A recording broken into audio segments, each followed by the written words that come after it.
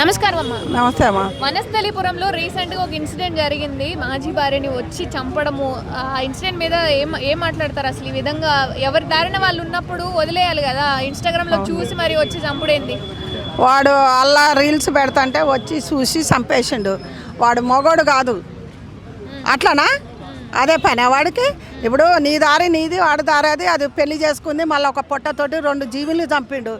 మరి వాడు నిజంగా వదిలిపెట్టేటప్పుడు నేను వదిలిపెట్టాను, నీతో ఉంటా అని అంటే బాగుంటుండే. అది పెళ్లి చేసుకొని ఏదో అది ఇంట్లో ఉండక, సాఫ్ట్వేర్ పని ఇంట్లో ఉండక, అది నన్ను అందరు దేశం అంతా చూడాలని రీల్ చేసి పెట్టింది.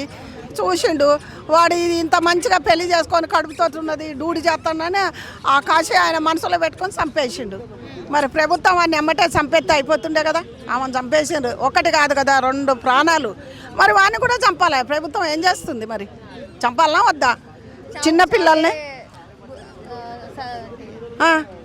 సావుకు సావే అని ఎందుకంటానంటే ఇంకా జరుగుతూనే ఉంటాయి కదా, అట్లనే ఆగిపోతాయేమో. ఇప్పుడు వాడిని చంపగానే ఇప్పుడు చాలామంది ఒక ఖరాబు చేస్తారనుకో, వాడిని ఎమ్మటే చంపితే ఆ ఖరాబు పిల్లల్నే కానీ పెద్దలనే చేసుడు ఆగుద్ది.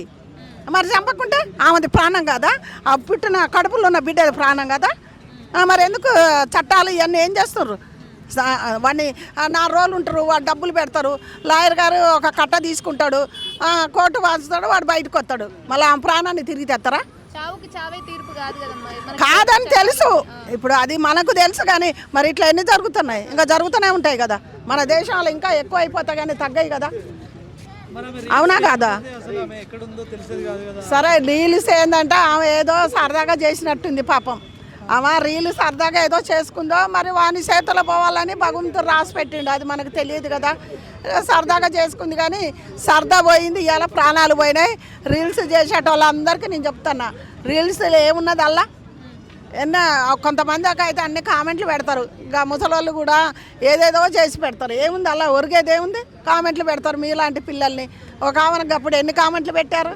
అది కాదు, ఏదన్నా మాట్లాడి ఎవరన్నా మీలాంటి వాళ్ళు అడిగితే ఏదన్నా దేశం మీదనా ఏదన్నా జరిగిందా, ఇప్పుడు రాజకీయం ఏదన్నా నీకు చేతనైతే చెప్పుండ్రి, లేకపోతే లేదు.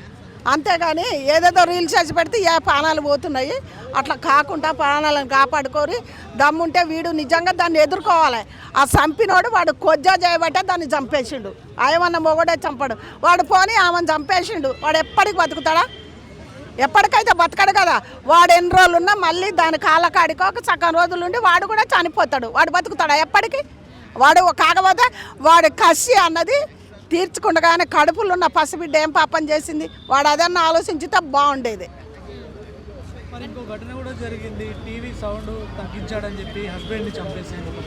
అవును,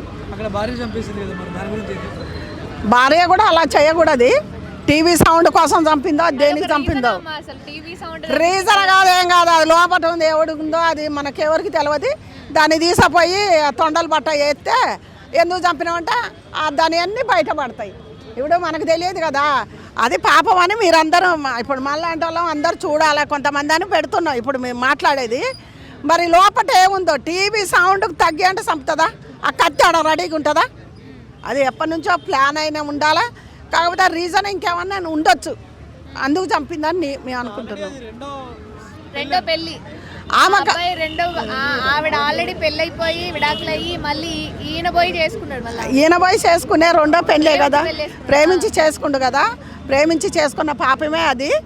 అట్లా ఆమె ఏదో ప్లాన్ మీద చంపింది కానీ కావాలని ఆడ కత్తి, ఆ కత్తి ఒక్క పోటుకే ప్రాణం పోతుందా? పోదు కదా. అది ఎప్పుడో మంచిగా కత్తి అక్కడ రెడీగా పెట్టుకుంది, ఎప్పుడు దొరుకుతాడా వీడు వేసేయాలని చూసింది. వెనక ఏదో ఉంది కావచ్చు, అలా చేసిందని మేము అనుకుంటాం. ఆడైనా మగైనా ఒకటే, ఆయనదైనా ప్రాణమే ఈయనదైనా ప్రాణమే. ఇప్పుడు ఆయన చనిపోయిండు, నేను అనలేదా? మరి ఈ మగ పిల్లది కూడా ప్రాణమే కదా. మగలేంది ఆడలేంది ఈ లోకం ఉండదు. ఈ పిల్లలు కారు, ఈ దేశం పెరగది. అదొక్కటి మనం ఆలోచించుకుంటే అయిపోతుంది. అసలు ఏమంటావమ్మా, కొట్టిండు తిట్టిండు అని చెప్పి చిన్న చిన్న వాటికి ఆత్మహత్యలు చేసుకోవడము, హత్యలు చేయడం ఇదంతా? ఇప్పుడు కొట్టిండు తిట్టిండు హత్యలు చేసుకోవటం కాదు.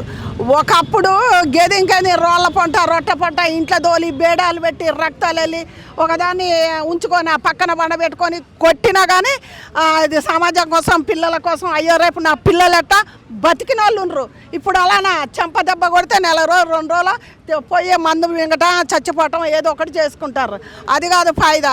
మొగాడిని ఎదిరించుకొని బతకాలి. ఇప్పుడు ఆమె చనిపోతుంది, ఇప్పుడు ఈయన చనిపోతాడు, ఏం ఫాయిదా ఉంది? ఇది ఎదిరించి నీదా అని బతకాలి. వాని ముందు వాని ముఖం మీద తన్నట్టు బతకాలి. అది ఆడైనా మగవాడైనా, అవునా కాదా? ఏదో ఆయన వచ్చి నన్ను చెంపదెబ్బ కొట్టిండి అని ఉరికిపోయి ఉరి పెట్టుకొని చచ్చిపోవటాలు ఇయ్యంది. అందుకే కలికాలం ఎట్ట చచ్చిపోయేటోళ్ళు అట్ట చచ్చిపోతారు మనం అనుకుంటున్నాం. కానీ మూడో పెళ్లి కోసం చేయొచ్చు. మగవాళ్ళు కూడా మూడో పెళ్లి కోసం వాళ్ళు కూడా చేస్తున్నారుగా. అరే ముసలాళ్ళకి వయసు వచ్చి ముండాలు వేసుకొని తిరిగి సంవత్సరాలు నిండు సంవత్సరాలన్నీ పాడైపోవట్లేదా? మనం చూస్తా లేదా?